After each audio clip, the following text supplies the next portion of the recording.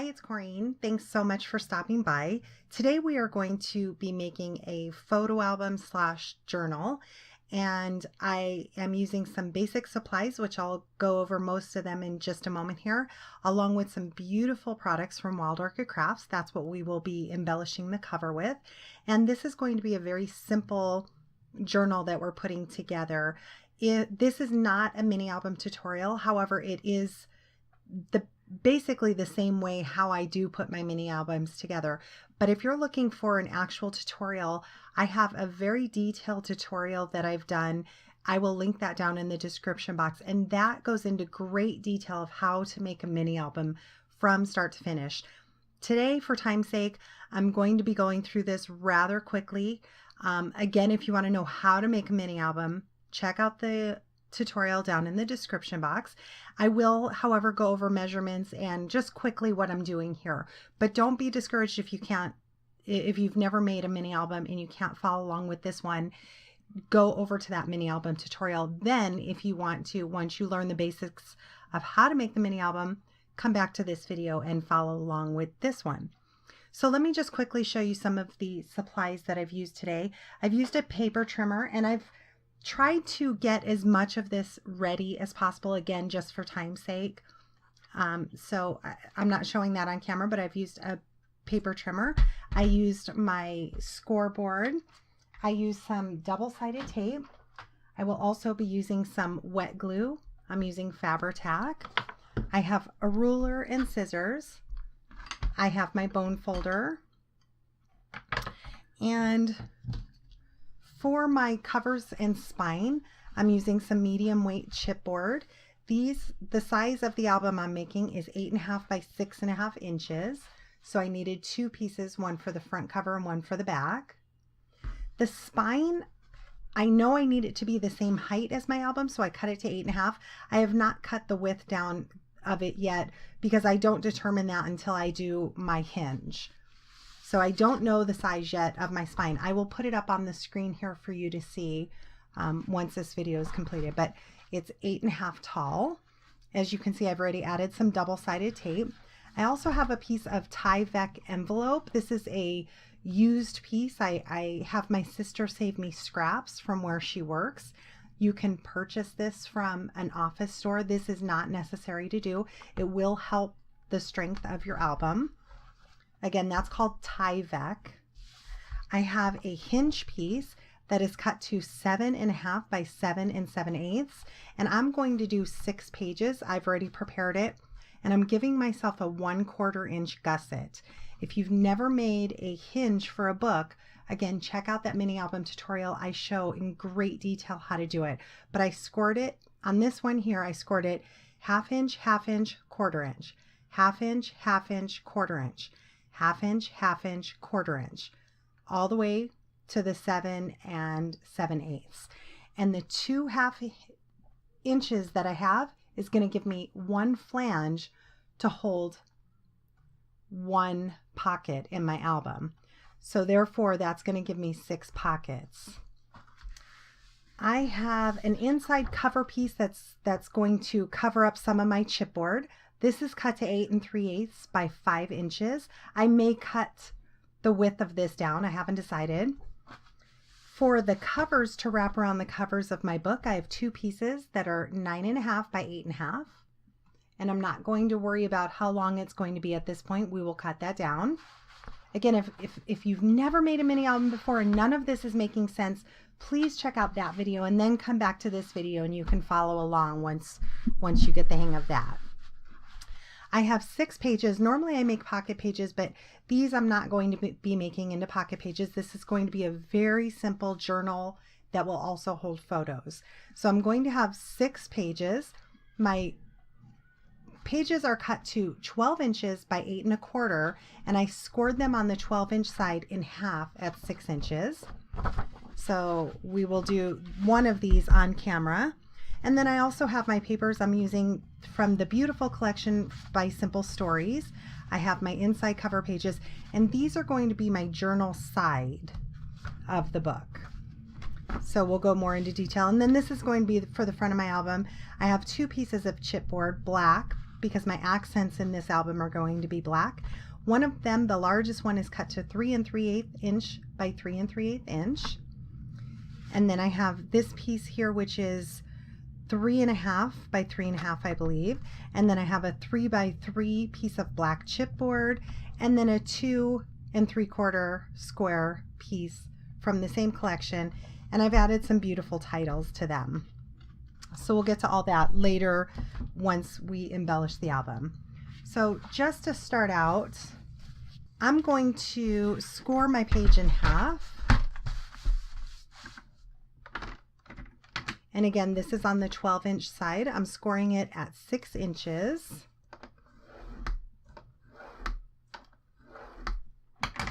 I'm going to fold it and give it a good crease with my bone folder. And now this is going to be our page that adheres onto the binding portion. So the next thing I want to do is go ahead and work on my hinge. I will be going through this quickly, so if you have any questions on how to do it, please refer to that other video. But I've already added my tape, as you can see, and you only add the tape to the 2 1/2-inch pieces. So I'm going to fold that over. Actually, I'm going to go back to this. I like working from this direction. So as I'm working, I crease it to make sure it folds nicely, and that way you don't get any cracks. I'm using a smooth black cardstock that is 65 pound weight, and I do go over all that in my mini album tutorial as well, the type of paper that I use. So I'm folding this back and creasing it as I go.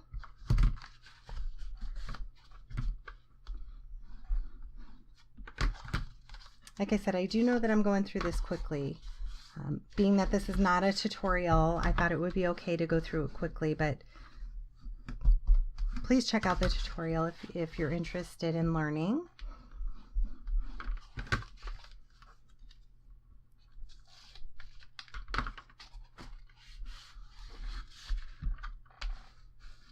So my inside pages are not going to have a lot of room. There's not going to be any embellishing. I'm making this very simple for someone to maybe write a little story about the photo, and then on one side put a photo. I'm making this a very simple journal that holds photos.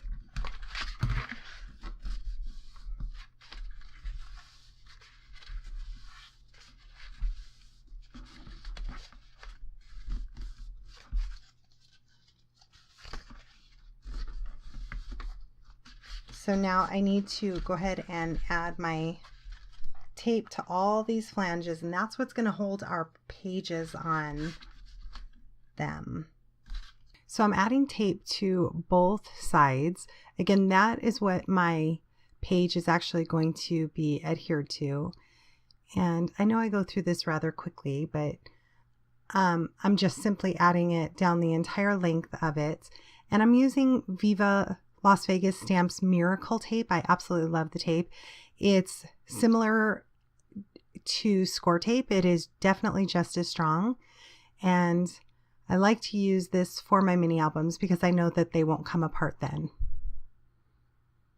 So I'm using the 1/4-inch tape, burnishing that down, making sure it's adhered down very well. And now I'm measuring the back to see, I forgot one there, so I'm just adding it. I'm going to measure the back to see exactly what size I need to cut my chipboard to. I like to make my hinge first if it's a different size album than I've never made before. So I like to do it this way, measure exactly what I need. And I believe I ended up with a 2.5-inch wide spine. So now I'm adding the 1/2-inch tape to the back. You want to make sure that your tape is covered over the entire back. This is what's going to be sitting in on your chipboard inside your mini album. So I ended up cutting it to 2 inches. So it's 8.5 by 2 inches. Here's the covers, 9.5 by 8.5. I'm going to overlap them again with a 1/2-inch piece of tape, and that tape is going to be my guide on where to line up my paper. And if your paper is too long, you can cut it down in the end. So now I'm adding tape to the entire spine piece, the chipboard piece. I use a lot of tape, as you'll see throughout this. It's because I want to make sure that everything is going to be adhered down very well. Like I said, I want to make sure that this holds up very well. So I added my spine piece to the piece of Tyvek. As we mentioned, this is not necessary, but it definitely helps the strength of your album. I'm removing all the tape backing, and now I'm using a 1/2-inch piece of chipboard that I cut myself just as a guide to make it easy. You want to leave a 1/2 inch around your chipboard covers to be able to wrap your paper around.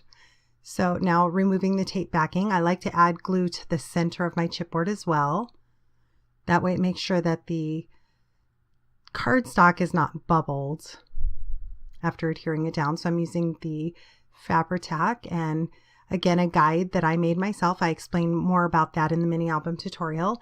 That gives me the gap between my spine piece and my front cover, and also my spine piece and my back cover. That's going to help reduce cracking of an album. So I'm using my brayer and burnishing that down. I want to make sure it's adhered well. And this is where you want to cut off any excess. There's no need to have excess bulk when you wrap your covers. So again, I'm leaving a 1/2 inch piece around the entire perimeter of my chipboard.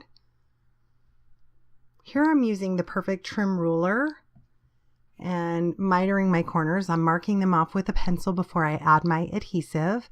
This is going to just help me get a nice corner. And now I'm going around the entire album with my tape. I'm doing this before mitering the corners. That way when I miter the corners, the tape goes all the way up to them.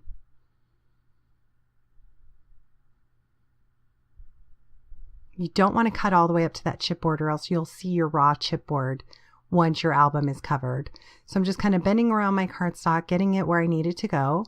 I'll remove the tape backing. I'm using my Tim Holtz paper piercer to remove the tape. Now I'm really going to press that down well, burnishing it with my bone folder. And you want to tuck in those corners so you don't have pointy corners when you fold them over. So I'm just kind of looking at them, tucking them in, make sure I'm happy with them, and then folding that over.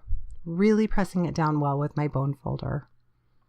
Now I'm going around all the edges, again, just making sure it looks really nice and it's creased down well. So here I'm adding tape to where my spine piece meets my front and back cover. I'm using a piece of paper 8 3/8 by 5 is how I have it cut now, but I end up cutting about 1/4 inch off the bottom of that. It's just a little bit too long. It didn't match up with my front and back pattern paper. So as you can see, I cut about 1/4 inch off. I'm going to add tape around that because I want to make sure that that is adhered very well. When you're opening and closing your album, if it's not adhered down, it's going to bubble. So you'll see me add tape all the way around, and I'll double check it against the tape that's already on the chipboard to make sure that the tape is completely covered that piece, because it will fold up. It will bubble up when you're opening and closing your album if it's not. So you'll see me even add glue to the center of that, and that's where I was checking it to make sure that the tape will cover the entire piece of that cardstock. So I'm just going to eyeball that. You won't see most of that once it's done. And now really press it down and take your time and fold it up, which you'll see me do here in a minute. Here is why I like that Fabri-Tac. Some of it seeped out, and I just use my glue eraser and it just comes right off. Super simple. You never see it. Now here I'm taking my time. It doesn't look like it on film because it is sped up, but I'm very carefully creasing those edges there using my bone folder, and I'm not pressing too hard because you will cut through your cardstock. So I'm just lightly bending that up. And now I'm going to adhere down my hinge piece. Again, eyeball this. You can measure it out if you want. Give yourself some pencil lines. I just kind of eyeball it, make sure it's straight. Once I'm happy with that, I really press it down and I move all the flanges back and forth to make sure that they're adhered down well and that they move well. That way your pages will move well. So here's where I'm going to add my pages. I'm just basically going to sandwich them over that and press them down. The very first page that you're putting down, you really want to take your time, make sure it's down well, because you're going to use that as your guide for the rest of the pages. So here, I could have left a pocket. I chose not to. I wanted to keep this journal very simple. I didn't want a lot of elements to it. So I'm going to adhere it completely together, taking my time, pressing it down. And now that's going to be my guide for the rest of the pages. I'm going to use that as a guide. I'm only taking off one of the tape backing to one side of it till I get it where I want, press it down. Then I will open it as you see, add my glue, remove the tape backing, and then adhere the entire thing down. And like I said, you have the option to leave yourself a pocket if you wanted to. So I do the same with the rest of the pockets. Take my time, really make sure they're glued down well. And if there's any glue seeping out, use your glue eraser and get rid of any of that. You don't want any of that shine on there.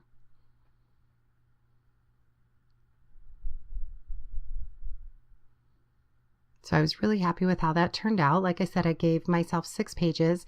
And now I'm going to add the front and back cover. The collection, as I mentioned in the beginning, is Simple Stories Beautiful. I did add those sentiments and the hearts that you see on the front and back. I love to have beautiful sayings throughout. And now I'm just kind of deciding which side I want my journaling spot to be and which side I want my photo spot to be. Those journaling papers I've designed myself. Again, added some beautiful sentiments on each.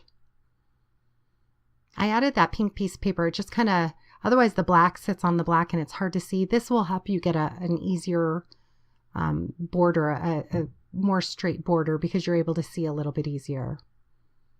So now I pre-cut all my pieces so they match.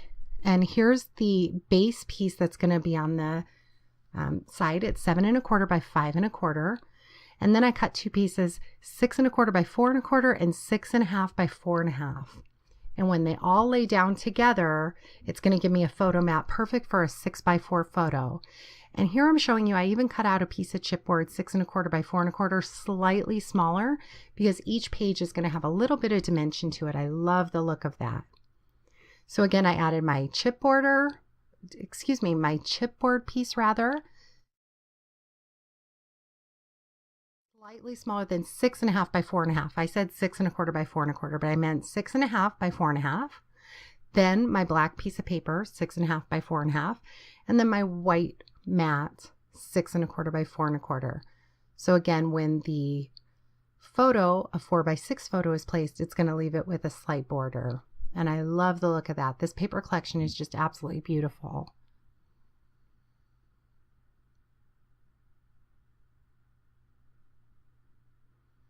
So here's a quick flip through of the book. So again, it leaves room for a photo and journaling. Very simple. Adding down my spine piece. And I had to do that off camera. I put it on my lap to be able to see it very well.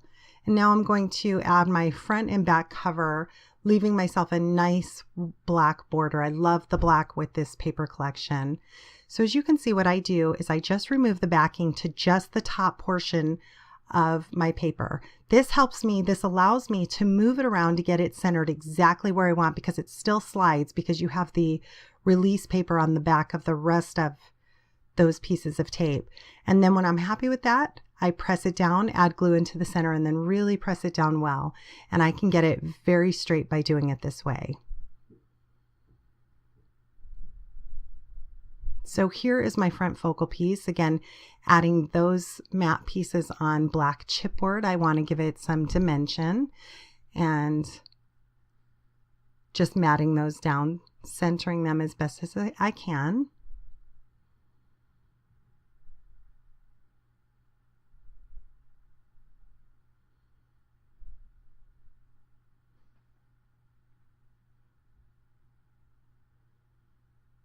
And then I'm going to adhere that down slightly to the right because I want my flower cluster to go up the left side of it.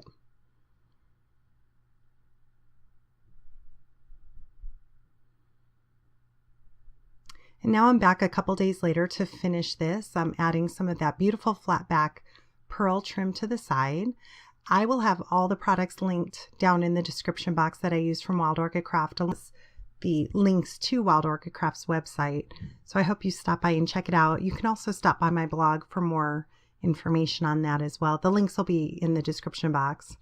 So I'm pulling out several different flowers that I thought would work well. I don't use all of them, but I did pull out some chrysanthemums and magnolias. I pulled out some white leaves, some beautiful lily flowers, and some of the new lotus flowers. They're really pretty. They come in several colors. So I just kind of scatter them throughout, see what I like. I wanted a mixture of both the pink that would go with the paper collection, and I wanted a little bit of yellow in it as well. So I used a couple of the yellow chrysanthemums. And now I'm just using my hot glue gun and adhering it down. I hope you continue to watch. I'm just going to finish embellishing the cover. If you have any questions, please leave me a comment. And I hope you've enjoyed today's project. Check out Wild Orchid Crafts. And thanks so much for watching. Have a great day today.